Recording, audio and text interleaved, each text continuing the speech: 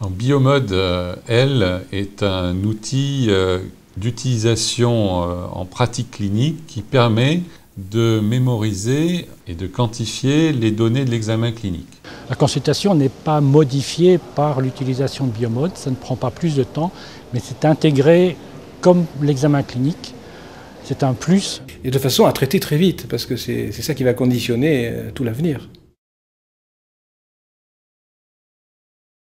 On a travaillé depuis 10 ans.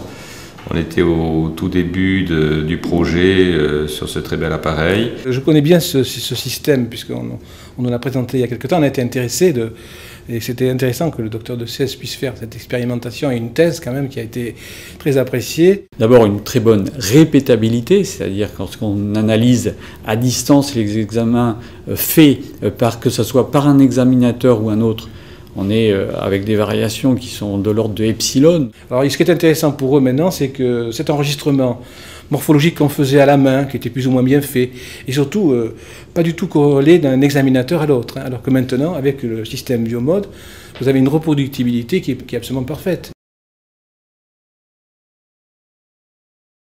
Mais là, avec le Biomode, on a des informations beaucoup plus précises, beaucoup plus géométriques, beaucoup plus complètes. Les paramètres importants sont l'axe global du rachis, depuis le sacrum jusqu'en cervical, et surtout l'intensité relative des courbures sagittales en lordose et en syphose, et le niveau d'inflexion de ces courbures. De même que la partie inférieure de la lordose renseigne sur l'orientation pelvienne et sa mobilisation au cours de l'évolution. Donc c'est tout à fait idéal pour suivre un traitement orthopédique de scoliose. Mais je l'utilise personnellement pour le bilan et le suivi de sujets lombalgiques, suivi médical ou dans le post-opératoire. Et de la suivre ensuite pendant le traitement, de montrer les progrès qui vont se faire pendant le traitement orthopédique. Je pense qu'actuellement, il y a des résistances. Les dernières conférences d'experts, les derniers avis d'experts montrent que dans le suivi, on met d'abord en avant l'examen clinique et toujours encore la radio.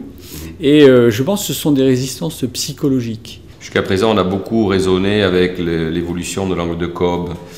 On sait depuis longtemps que le traitement orthopédique ne va pas modifier l'angle de Cobb, il va simplement le stabiliser, mais par contre, le corset va aplanir la déformation, et ça on le verra avec le Biomode, beaucoup plus qu'avec les radios.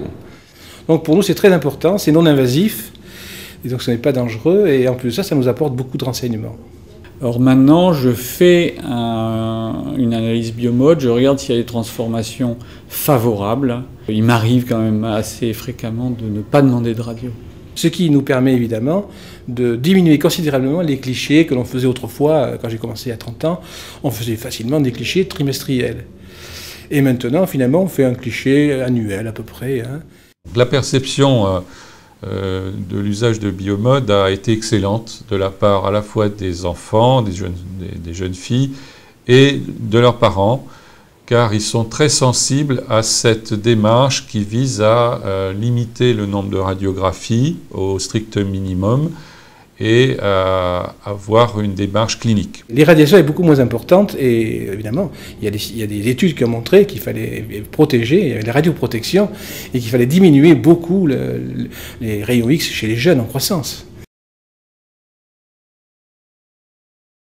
La demande des patients est incontestable. D'abord, ils sont un peu effrayés quand ils voient une radio, voir un squelette, ça les inspire pas trop, même ça les effraie un peu. On utilise du jargon, la gibbosité, la gîte. L'examen se fait de dos, alors que le fait de projeter une image de l'examen clinique permet aux patients de voir ce qu'on fait en dynamique. Et de motiver les patients dans leur suivi parce qu'ils voient clairement comment leur dos évolue, comment leur équilibre évolue. Parce qu'avant on leur disait, vous voyez, il y a une gibbosité qui fait 10 degrés, il y a un axe occipital qui est un peu dévié, vous voyez, il y a une hanche qui n'est pas visible. Tandis que là, on a quelque chose qui est imprimé, donc tout l'aspect morphologique, donc c'est quelque chose qui est visible, qu'on peut évaluer, avec des valeurs. Donc c'est quelque chose vraiment de bien pour communiquer, pour montrer la réalité de la déformation. Le fait de pouvoir présenter l'effet cosmétique du traitement a considérablement amélioré la compliance au traitement, la régularité de la participation aux consultations de contrôle. Je pense que ça a un impact sur les jeunes filles lorsqu'elles voient leur dos. C'est important pour elles, ça marque et ça les incite vraiment à suivre le traitement, je pense. Ça permet de suivre les patients de manière objective, beaucoup plus fréquemment également, et de motiver le patient par l'intuitivité de l'imagerie qui est fournie.